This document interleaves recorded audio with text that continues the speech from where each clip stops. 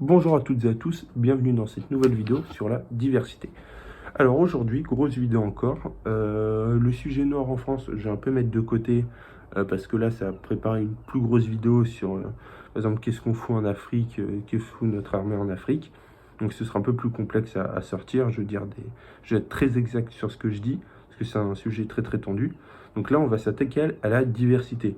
Je vais pas trop aborder de côté historique, voire pas du tout, parce qu'il n'y a pas vraiment de données et j'ai pas envie de dire n'importe quoi. Ou alors vraiment, il faudrait faire des études poussées sur le sujet, mais j'ai pas les compétences, tout simplement, alors je vais pas le faire.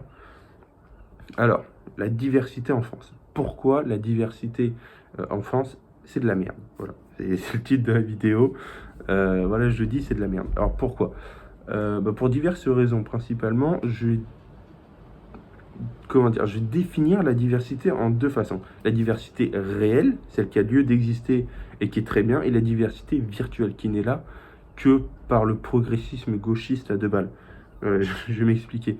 La diversité virtuelle, par exemple, vous allez comprendre, on va prendre Sibeth Ndiaye, porte-parole du gouvernement, femme noire, sénégalaise, issue d'une famille extrêmement riche. Le père est un homme politique, un producteur de télé sénégalais, et la mère est une grande magistrate sénégalaise.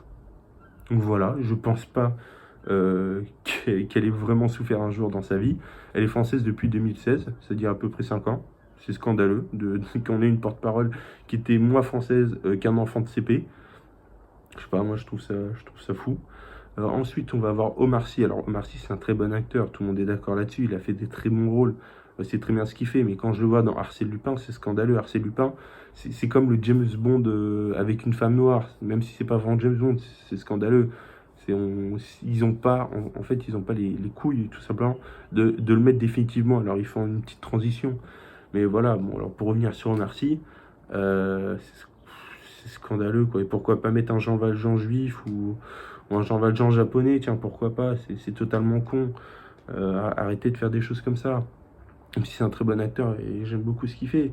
On va avoir Daniel Obono aussi, Daniel Obono qui vient d'une grande famille gabonaise extrêmement riche, bien plus riche que 90% des Français encore une fois, qui n'a rien à faire là, clairement, elle est même pas foutue de dire vive la France, alors qu'il est payé par l'impôt des Français. On marche tellement sur la tête dans ce pays que honnêtement c'est... Bref, on pourrait faire toute une vidéo à quel point le monde est à l'envers. Le monde est à l'envers. Donc voilà, Daniel Obono, pareil, c'est de la fausse diversité.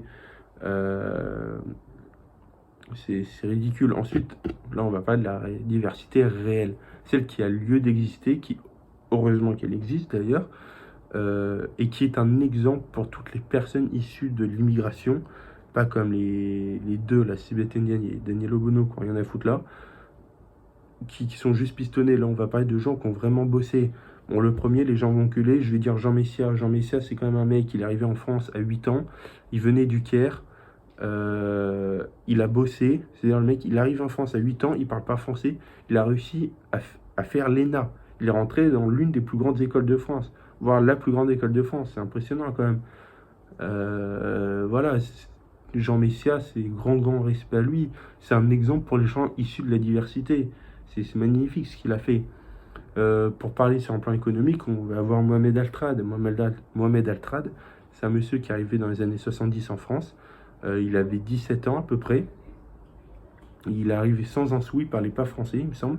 Et maintenant, c'est la 30e fortune de France. Je veux dire, il est milliardaire, ce mec. Il a fondé l'un des plus grands groupes pétroliers français. Le groupe Altrad, c'est des milliards qui sont brassés.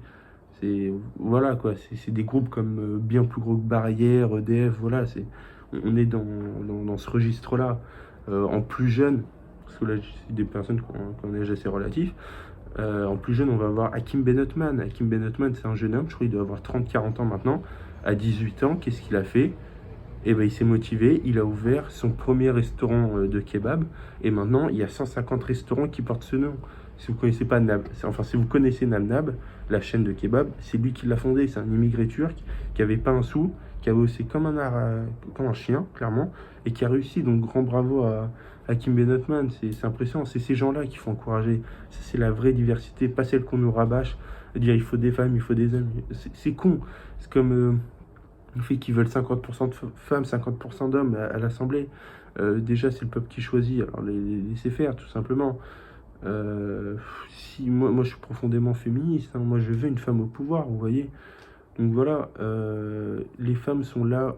Enfin, le féminisme, on fera une autre vidéo là. Je vais pas trop m'étaler là-dessus parce que ça va être très long et très compliqué. Voilà, je voulais revenir aussi sur un truc. En France, il n'y a pas de statistiques ethniques qui sont légales. Enfin, on n'a pas le droit d'en faire. Je ferai une petite vidéo là-dessus parce que je suis pas complotiste, mais là, je pense à une petite théorie à vous délivrer là-dessus.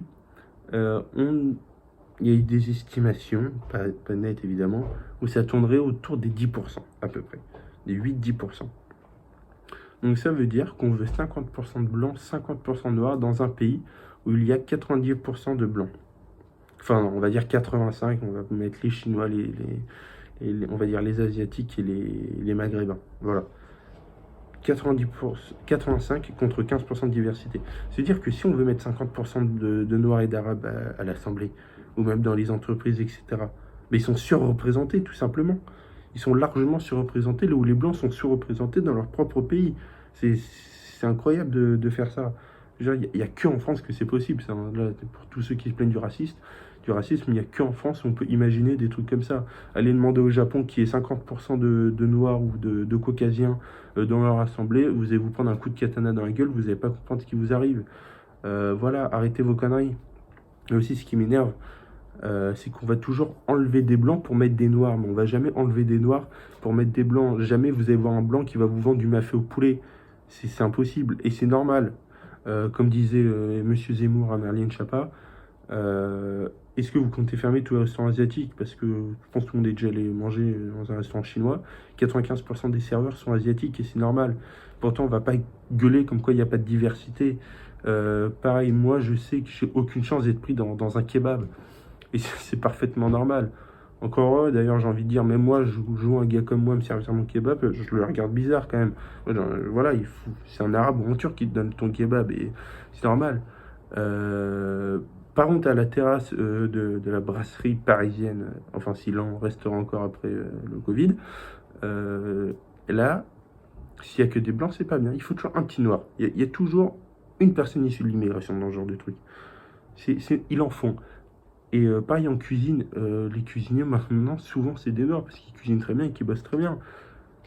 Et là on les accepte, là on accepte la diversité, mais on n'accepte pas la diversité là où il y a des noirs. C'est comme ce que je disais, on enlève des blancs pour mettre des noirs, c'est toujours la même chose.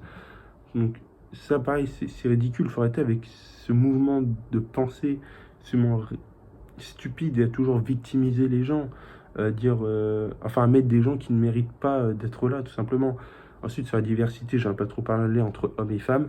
Le féminisme, le néo-féminisme pour être exact, ça fera,